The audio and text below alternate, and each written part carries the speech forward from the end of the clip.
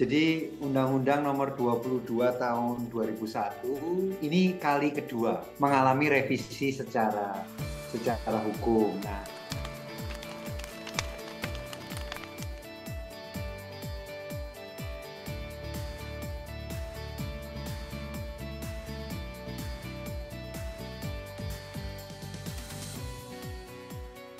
halo Anton, Halo Mas selamat Heru, malam. selamat malam. Baik, gimana kabarnya? Gimana? Baik, baik, selalu baik lah saya mah. Salah Santai satu banget. prediksi dongeng perminyakan, Ton, ingat nggak prediksi awal tahun kita melakukan prediksi salah satunya adalah maaf, perang masih akan berlanjut. Sampai sekarang Iya, masih berlanjut. Jadi masih. walaupun kita senang prediksi kita masih oke, tapi kita tidak mendukung peperangan, kita mendukung perdamaian, peace. Episode kali ini kita mau ngapain? Kita mau ngobrolin apa, Ton? Ngobrolin apa?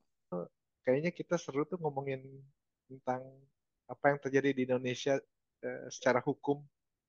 Kayaknya ada ini Mas, eh, kemungkinan undang-undang baru ya. Oke, yang berkenaan dengan migas. Ya, betul. Jadi Undang-Undang Nomor 22 Tahun 2001 sudah mengalami dua kali, ini kali kedua akan Hmm. mengalami sedikit revisi, bukan sedikit revisi, mengalami revisi secara hukum. Nah, mungkin betul. Jadi penting juga praktisi dunia perminyakan mengerti tentang kebijakan publik yang didasari oleh undang-undang eh, terutama di negara kita lah ya, karena kita Ya, orang Indonesia. Jadi Undang-Undang Nomor 22 Tahun 2001 itu kemarin waktu ada peraturan pengganti Undang-Undang Cipta Kerja itu mengalami revisi tentang beberapa perubahan. Nah, masih yang rancangan kan Mas ya? kemarin bulan April, Masih rancangan kan ya? ya, nah bulan April kemarin sudah ada presentasi dari staf ahli DPR untuk melakukan eh, rancangan undang-undang perubahan kedua untuk Undang-Undang Nomor 22 Tahun 2001 Oh, tersebut. Nah, kita kebetulan dapat spill. slide-nya yang sudah terbagi di kalangan kaum praktisi. Untuk yang berminat, nah ini dongeng perminyakan lebih sebagai penyebar informasi, lebih sebagai apa namanya penikmat informasi. Semoga perubahan kemudian menjadi yang Ya. lebih baik, Ton. Tapi Ya. ini masih rancangan kan Mas ya? Jadi kalau rancangan masih ada potensi untuk perlu persetujuan DPR dulu kan ya Mas ya. Jadi belum belum final lah, Ya, rancangan belum final undang-undang kan lah. diajukan oleh pemerintah, ya kan Heeh. ada triumvirat itu, toh triumvirat pemerintahan, eksekutif, yudikatif, Ya, dan legislatif diajukan oleh eksekutif, legislatif menyetujui, yudikatif kemudian menjadikan itu sebagai sebuah undang-undang yang kemudian menjadi apa namanya dasar hukum untuk melakukan kegiatan-kegiatan yang berkenaan dengan eh, sumber daya energi karena kita sudah tidak bisa bilang ini hanya soal migas tapi juga energi. ada yang lain. Terutama migas juga tidak hanya upstream ton. Namanya undang-undang pasti upstream dan Downstream. downstream karena ada pasal pasal 33 Undang-Undang Dasar 45 yang tetap ada dan menurut aku paling paling baik yang pernah aku tahu bahwa kekayaan alam semesta di Indonesia itu harus dipergunakan sebesar-besarnya untuk Kemakmuran kemakmuran rakyat. rakyat. Nah, undang-undang di bawahnya yang merujuk ke undang-undang dasar itu harusnya menuju ke semangat yang sama, Tuh. gitu Tuh. toh. Oke, jadi Nah, singkatnya gimana Mas? Langsung perubahannya aja ke banyak. intinya aja, intinya Ya, langsung lah. perubahannya banyak, tapi Dongeng Perminyakan mau pilih-pilih kalau minta izin ini Ya, kita juga pilih-pilih aja. permisi dengan yang sudah membuat dan lain sebagainya. Kita skip kenapa direvisi dan lain sebagainya, terus azas dan tujuan dan lain sebagainya. Kita skip soal penguasaan dan pengusahaan. Nah, ini kata-kata hukum seperti ini ya membuat aku barusan garuk-garuk kepala karena kalau aku kebetulan selama karirku di sektor swasta, jadi tidak di sektor pemerintah. Jadi Ah, bahasa-bahasa masa begini, sekarang kan perusahaan ini pemerintah. iya, tapi bukan di Indonesia. Jadi bab tiga itu mengatur penguasaan. Jadi soal rights. Jadi yang pasti yang namanya mineral rights kalau di Indonesia eh, mineral itu punya negara, ya kan? Dari Ya, pasal 33 Undang-Undang Dasar 45. Terus ada mining right. Jadi untuk menambangnya. Jadi untuk menambangnya itu di pemerintah via Kementerian ESDM, jadi Kementerian Energi dan Sumber Daya Mineral yang akan membuat aturan, kebijakan, membina, mengawasi dan sebagainya sehingga si mining right itu memiliki yang namanya wilayah kerja. Jadi wilayah kerja tertentu, wilayah kerja tertentu. itu mah nggak ada Nah, bedanya lah mas sama undang-undang sebelumnya. iya, iya, iya. Oh, iya, harus sama. Bukan di sisi tertentu tidak terus semua undang-undang terus berbeda kan. Ada Langsung aja, bagian-bagian sama. bedanya Cuma apa? Bedanya apa yang bedanya? beda di mining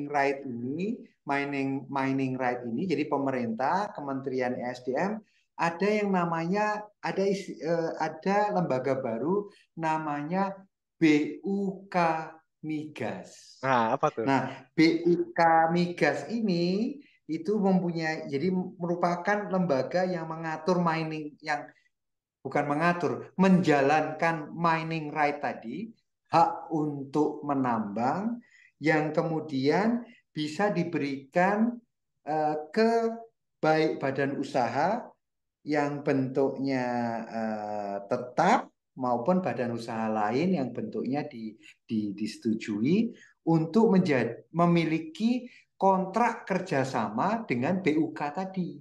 Oh, Nah, jadi itu kayak namanya kayak SKK migas dong mas, sama nggak? ya BUK nanti kalau aku boleh bilang menyempurnakan SKK Migas kalau aku bilang ya Oke. aku orang awam nih cuma melihatnya seperti itu karena dengan adanya kontrak kerjasama tadi mining right kemudian menjadi business right jadi dari Oke. penguasaan ya kan jadi penguasaan mineral right mining right yang terakhir adalah pengusahaan bagaimana kita mengusahakan sumber daya mineral yang kita punya, Oh ya, sumber daya pasti. energi kita Pastilah. punya. Nah itu kira-kira lah begitu bab tiga itu tentang penguasaan yang berkuasa, yang menguasai right-nya si mineral tetap tetap negara, tapi bisnis right pengusahaan itu bentuknya dalam bentuk kontrak kerjasama antara badan usaha dengan yang namanya BUK Migas. Nah itu yang menarik, Oke. yang baru itu kayaknya. Jadi BUK Migas mengusahakan kegiatan usaha hulu melalui kontrak kerjasama. Kontrak Ya. kerjasama bentuknya bagi hasil produksi atau kerjasama bentuk lainnya, karena Oke. banyak kan. Berapa lama mas Ya, itu biasanya kontrak jadi kerjanya? Ditulis nggak itu di? Kayaknya ada jangka waktu tertentu kan? Kontrak ya karyanya. Ada. sebentar, sabar, sabar. Ini harus di ini nih. Jadi 30 tahun maksimum. Oh, sekarang tiga jadi puluh ada tahun tenggang waktu maksimum. ya, maksimum 30 tahun. Ya, jadi BUK itu bentuk kerjasamanya 30 tahun.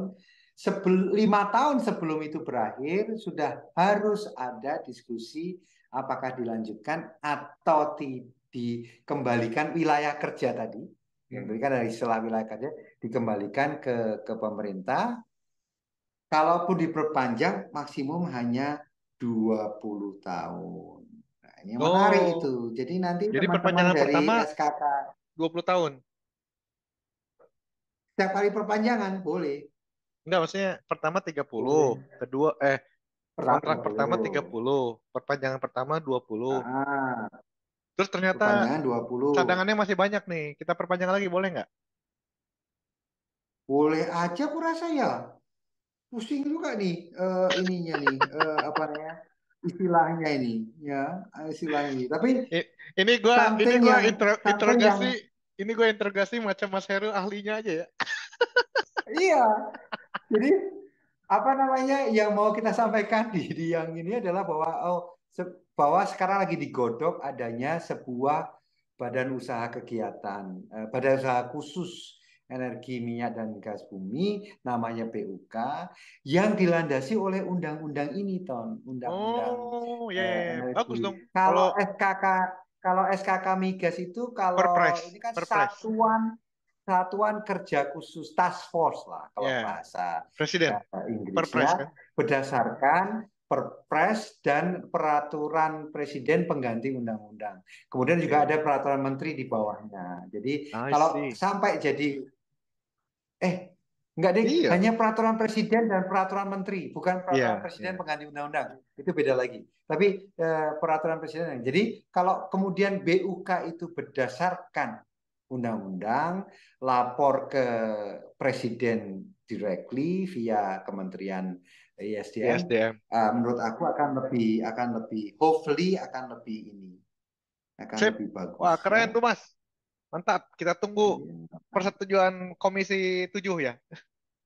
Cepat-cepat di-approve. Nah, di pasal 45 di yang rancangan undang-undang yang lagi diusulkan ini ada BUK Migas itu ada dua bagian ton yang namanya Dewan Direksi dan Dewan Pengawas. Ya, Dewan Direksinya 5 orang itu diangkat dan diberhentikan oleh Presiden atas usul Dewan Pengawas. Jadi ibaratnya direksi sama komisaris lah kira-kira itu. Tapi istilahnya Dewan Direksi 5 orang, ada Dewan Pengawas. Dewan Pengawas ini ibaratnya kalau di suatu perusahaan komisaris. Di dalam Dewan Pengawas itu juga diangkat dan diberhentikan oleh Presiden secara langsung. Di dalam situ jelas ada menteri. Menteri merangkap anggota. Kemudian misalnya urusan pemerintahan, menteri urusan pemerintahan itu juga anggota. Kemudian menteri koordinasi yang mengkoordinasikan apa aku yakin urusannya pasti banyak sekali. Kamu sama aku belum pernah kebayang mengurusi departemen seperti apa. Plus 2 orang yang berasal dari unsur profesional. Ini menarik nih. Ini harus kita ini nih karena kemudian profesional masuk ke dalam BUK itu. Ini Nah, itu yang naga-naganya Mas Heru yang mau daftar nih kayaknya. Jadi Dewan Board Direkturnya sembarangan. BUK nih. Aku enggak aku ya asal tergantung perintah lah, tergantung perintah juga. Tapi aku nggak janji ya. Ini Tapi di kira-kira YouTube. itu Ton. Jadi Jadi Dongeng Permiyakan yang kali ini pengen memberikan semacam info bahwa sekarang ada apa? Ada pemikiran, ada diskusi di di pemerintahan kita untuk membentuk yang namanya BUK Migas berdasarkan revisi terhadap Undang-Undang Nomor Cantik, 22 tahun 2000. cantik, Oke, cantik. thank you Mantap. Bang. Sip. Nah, Terima kasih Mas Heru. kalau bicara ya sip. Thank you. Bye.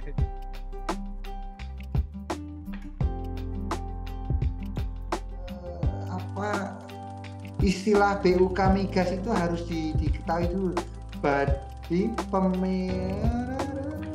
aduh, Udah 10 apa menit dia ini nama bisa 1 istilahnya? jam ini ngomongin begini. Langsung aja. Jadi